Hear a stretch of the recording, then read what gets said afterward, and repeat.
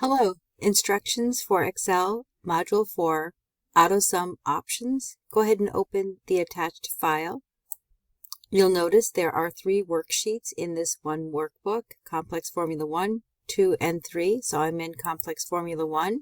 I'll select B3 and go ahead and put in formulas, date and time, today, and OK, it should be the current date. For this one, I'm going to click in F6 and I want to add January, February, March.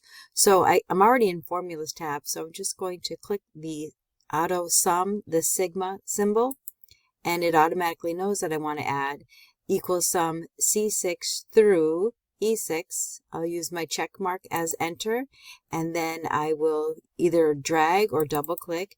If it does this on the bottom, don't worry because there's no totals here, so there's nothing to equal here. Once I complete the columns, you'll see that it'll add them as I go across. So I'll use my AutoSum. Again, I want to add equals sum C6 through C13. Check. You can see the total here. When I use my flash fill, it'll add the other 2, February, March, for a grand total here. So on this one, what we're going to do is something else that's what's called conditional formatting. So if you wanted to make something stand out. So what I want to do is add what's called data bars to the total column. So the highest value would be more significant than the smaller values. So when you're doing that, just make sure you don't take the grand total. So I'm going to select just F5 all the way to F13, and then on the Home tab, select Conditional Formatting and choose Data Bars. And you have 2 different styles. You have Gradient, which is like a lighter to a darker fill, or you could go with Solid. Either one is correct, and any color is fine. And you'll notice that the higher values have a more filled cell color versus the smaller values. If you selected accidentally F14, that would be the largest. So you just want to make sure that you never select the grand total.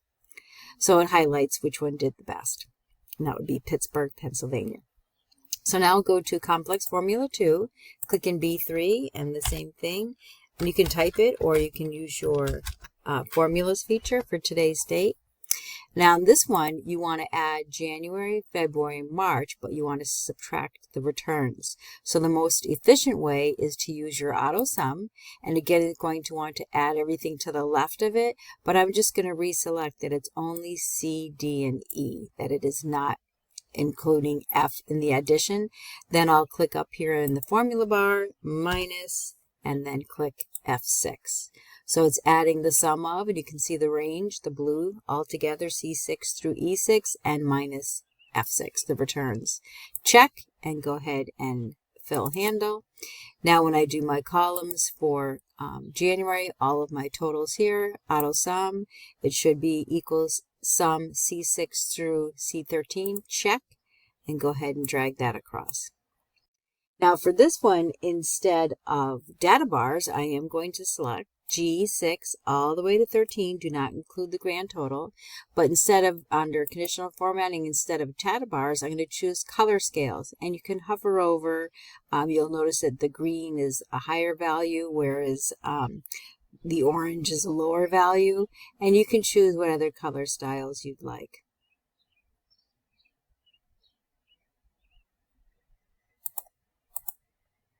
So it looks like the green is the lowest and the red is the highest. If you don't like that, just reselect and choose a different color scale.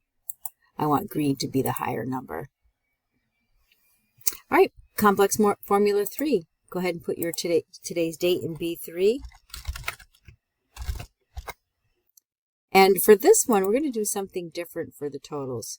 So you can use your AutoSum, but I'm going to select everything. We're going to repeat this later on down the road so you can get experience doing this one. It's pretty quick and efficient. So I'm going to select with the plus. So don't double click because then you're active in the cell. Just hover over it. Hold, drag all the way down to row 14 and all the way to column I. So you're selecting everything. Now just click the AutoSum, or you could use Alt equals, and you'll get the total for all of them, both the rows and the columns. Now for this one, we're going to do something a little different for the conditional formatting. We're going to choose icon sets. So again, select I6 all the way to I13. Do not include the grand total. Conditional formattings, we did data bars for complex formula 1. We used complex formula 2. We used color scales, and now icon sets. So it's your choice. Do you want to use arrows, directional arrows? Do you want to use shapes?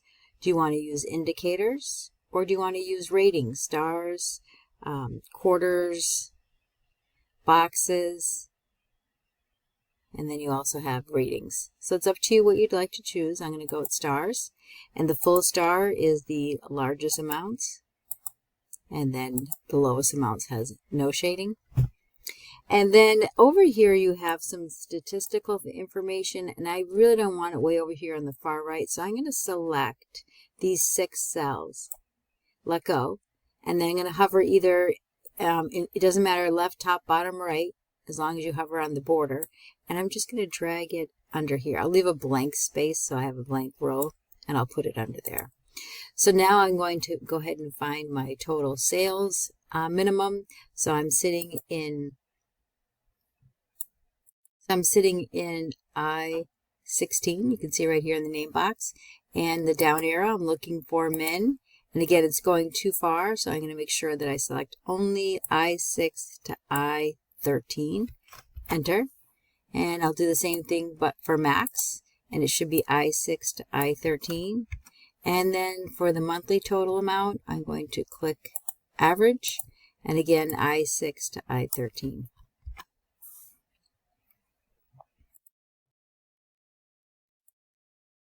So now I'm going to go back to complex formula 1, and I'm going to check the print.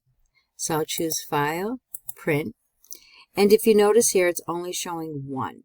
It's not showing all the worksheets. What you have to do is from the settings where it says Print Active Sheets and choose Entire Workbook. You can see that it's looking for the entire workbook, and it's going to be multiple pages because you'll notice that it extends more than one worksheet. So as you can see, even though I have 3 worksheets, it's showing 4.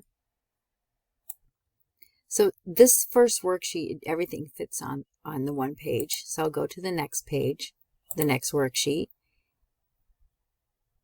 and everything fits on this page as well.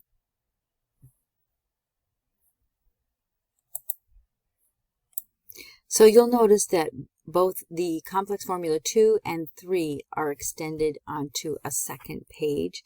You will see that it goes up to May. It's missing June and the totals, and so it's not showing. It's on the 5th page, so you can see it here.